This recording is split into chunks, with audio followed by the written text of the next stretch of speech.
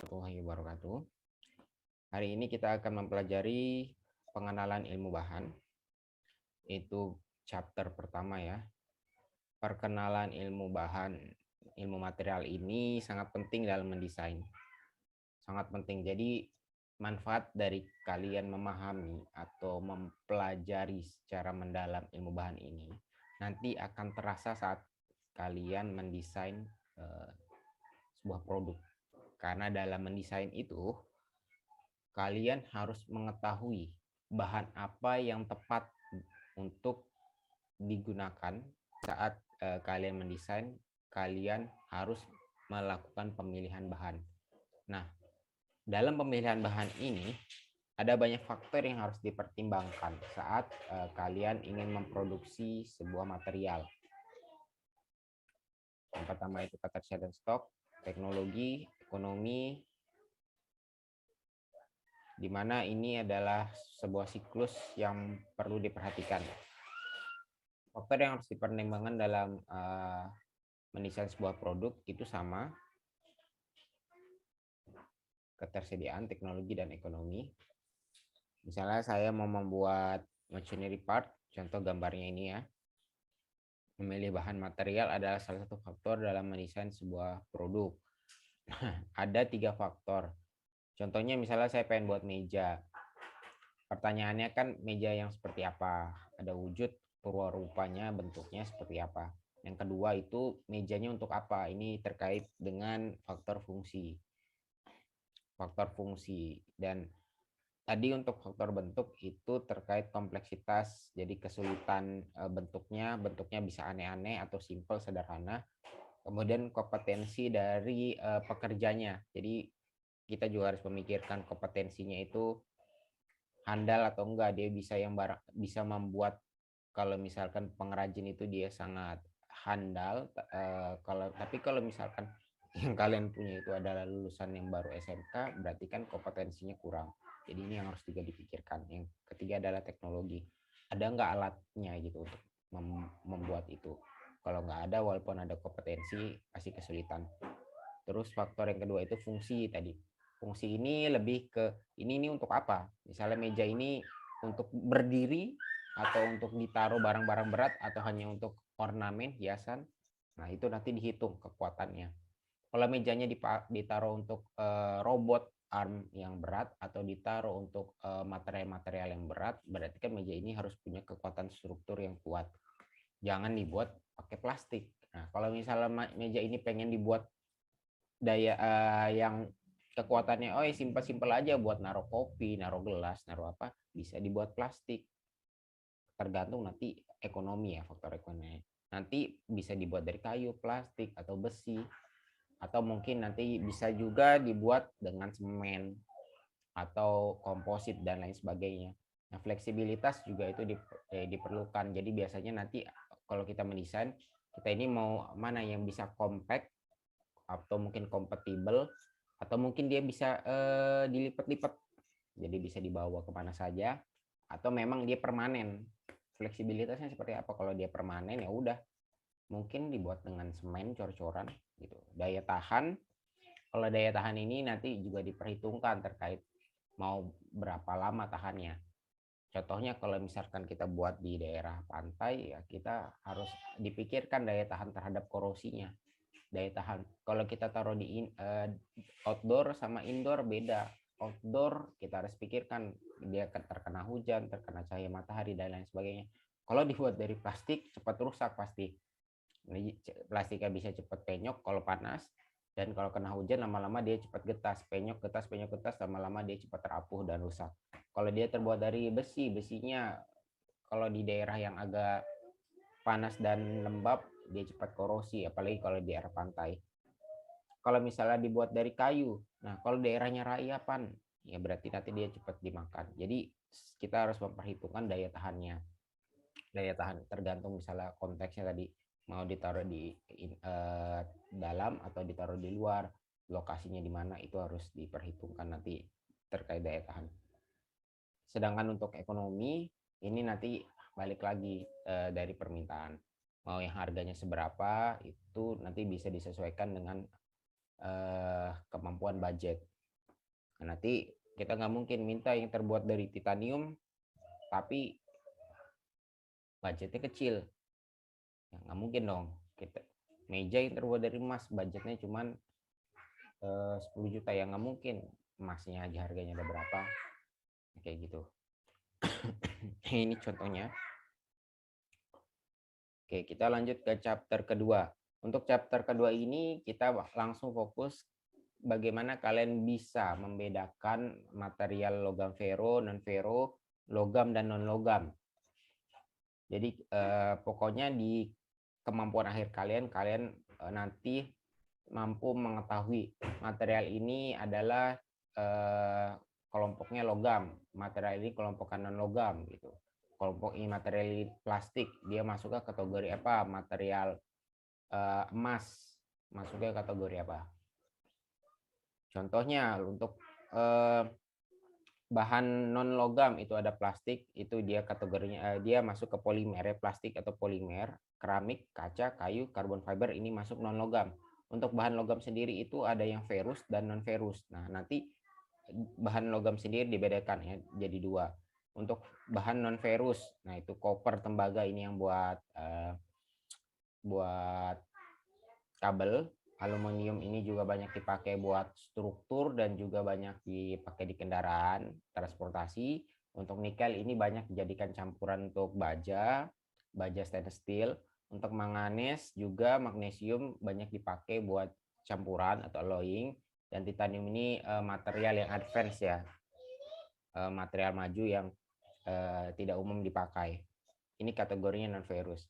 Jadi kategori non ferrous itu material yang tidak mengandung Fe atau selain Fe lah. Sedangkan Fe itu adalah material yang paling banyak di dunia dan juga dari segi daya tahan, mudah diproduksi dan lain sebagainya, sehingga material Fe ini atau ferrous ini banyak dipakai untuk aplikasi, struktur aplikasi, berbagai macam aplikasi. Pertanyaan, ada dua pertanyaan, apa perbedaan logam dan non logam? Dan yang kedua, apa perbedaan ferrous dan non ferrous? Kalau logam dan non logam itu nanti kalian coba cari di googling. Nanti akan ada pertanyaan di kuis yang berkaitan apa perbedaan logam dan non logam. Oke, yang kedua perbedaan ferrous dan non ferrous. Perbedaan material ferrous dan non ferrous. Sebenarnya simpel jawabannya. Kalau ferrous ya berarti dia ada feronya atau ada besinya, sedangkan non ferrous tidak ada besinya. Semudah itu. Tapi nanti yang dicari oleh kalian ada perbedaan terkait sifatnya ya.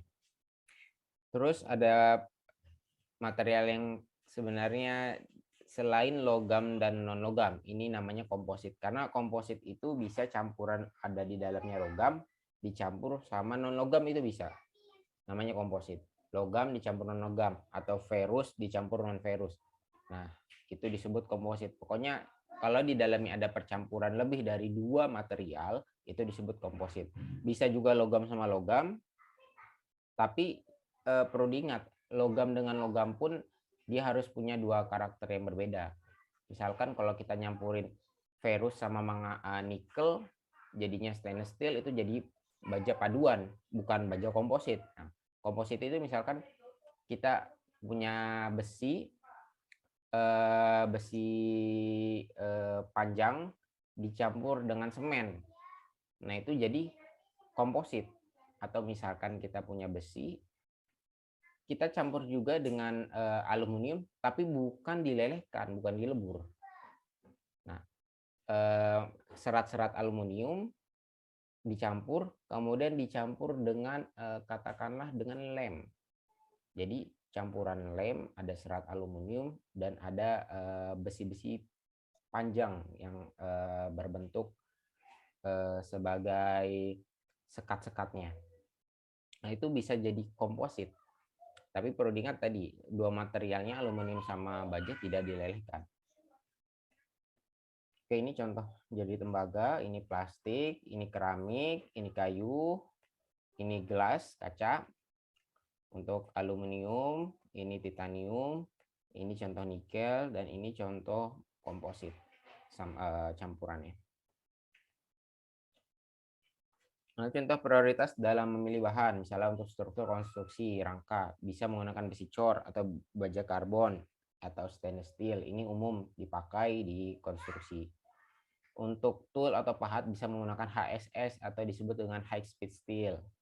Contohnya ini mild carbon steel. Ini berarti mild itu antara 0,3 sampai 0,6% karbonnya, dan low itu di bawah 0,3 sampai 0,1 ya, 0,1 sampai 0,3.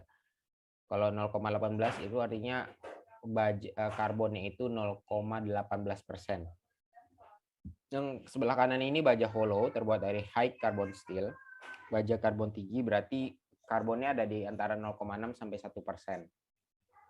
Sedangkan ini besi hollow, ini besi cor. Ini besi cor juga sebenarnya termasuk karbonnya cukup tinggi, bahkan ultra tinggi. Kadang-kadang mereka tidak di refine, karbonnya tinggi bisa di atas 1,5%.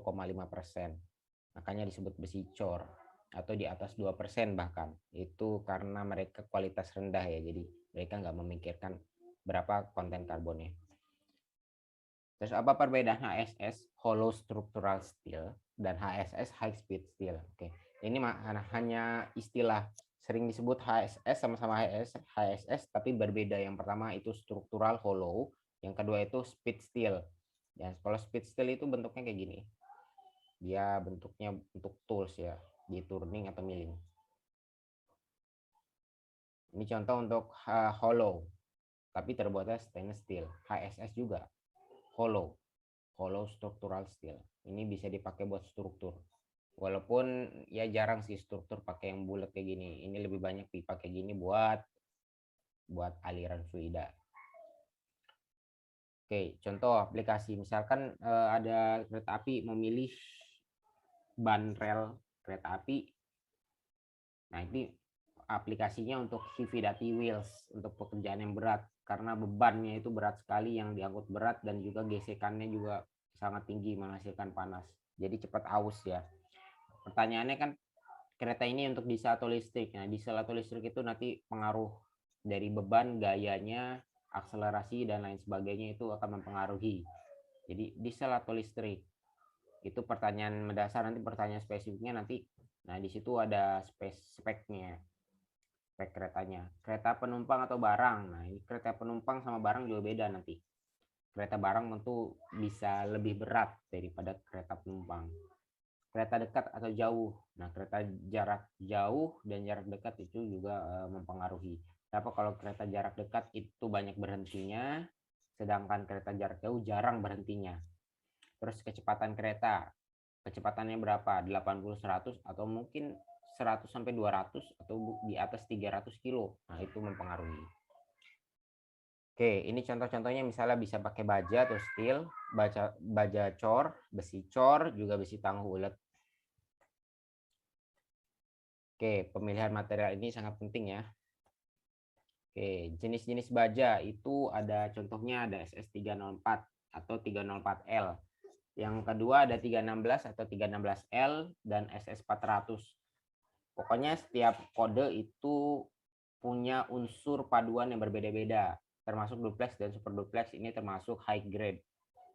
Terus steel, bedanya stainless steel dan steel itu, kalau stainless steel secara aturan dia punya kromium. Kromiumnya minimal 11%, 11 sampai 13% itu minimal. Kalau steel dia tidak ada kromiumnya, dia cuman dibedakan berdasarkan konten karbonnya. Jadi karbonnya itu ada berapa persen di situ. Kalau low carbon itu berarti tadi 0,1 sampai 0,3, medium itu 0,3 sampai 0,6, high itu 0,6 sampai 1, ultra high itu 1 sampai 1,5 lah atau 2. Itu nanti kalian bisa cari sendiri di Google lah. Terus apa perbedaannya kan tadi, kromium ada wajib, bisa ditambah nikel, molybdenum atau silikon. Tapi nikel ini kebanyakan hanya adanya di 3 seri 300. Kalau 400 sendiri itu kalau tidak salah duplex itu tidak ada nikel. Duplex atau yang 400 tidak ada nikel. 400 itu tidak ada nikel. Jadi nikel itu tidak wajib. Tapi yang bawah ini nikel molybdenum silikon ini biasanya ada di beberapa. Yang wajib itu kromium ya. Sedangkan steel itu tidak ada kromium. Ya, kromium ini tujuannya untuk mencegah korosi. Oke, terima kasih. Selesai.